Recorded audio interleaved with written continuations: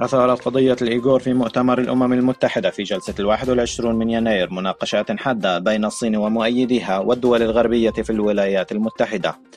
حيث ناقشت الأمم المتحدة قضية الإيغور بشكل معمق، وطالبت الصين إنهاء سلسلة إجراءاتها ضد الإيغور. أنشأت الصين في منطقة شينجانغ الإيغورية ذاتية الحكم تركستان الشرقية سجونا يطلق عليها اسم مراكز التدريب والتعليم الثقافي، حيث تعتقل الصين أكثر من 1,000,000 شخص من الإيغور وغيرهم من العرقيات المسلمة الأخرى في هذه السجون،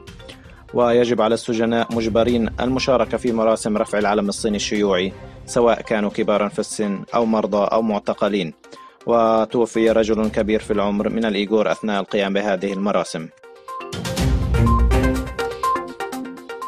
أعلنت وزارة الدفاع الأمريكية أمس أن الولايات المتحدة قامت بسحب دعوة الصين للمشاركة في مناورات عسكرية في المحيط الهادي، وذلك بسبب استمرار عسكرتها لبحر الصين الجنوبي،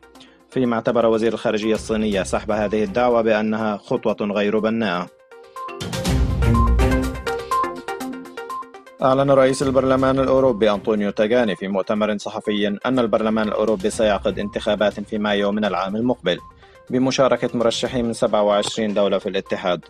وسيتم انتخاب 705 أشخاص لتمثيل البرلمان الأوروبي. قدمت المفوضية الأوروبية توصيات لتوجيه السياسات الاقتصادية للدول الأعضاء خلال فترة ما بين 12 شهرا و18 شهرا القادمة، وأشار التقرير إلى أن الاقتصاد الأوروبي حقق أعلى معدل نمو وأقل معدل للبطالة في السنوات العشر الماضية، وأن التنمية الاقتصادية الأوروبية قد تجاوزت كل التوقعات. انتهت منظمة الصحة العالمية أمس جمعية الصحة العالمية على آخر تطورات تفشي فيروس الإيبولا في الكونغو، وأعربت عن قلقها من انتشار الوباء من منطقة نائية إلى مدن كبيرة. وفي 8 مايو أعلنت الكونغو عن جولة جديدة من تفشي الإيبولا، ووفقا لأحدث بيانات الصحة العالمية فإنه لتاريخ 21 مايو تم الإبلاغ عن 58 حالة إصابة، وتم تشخيص 28 حالة منها، بالإضافة لارتفاع عدد الوفيات إلى 27 شخصا.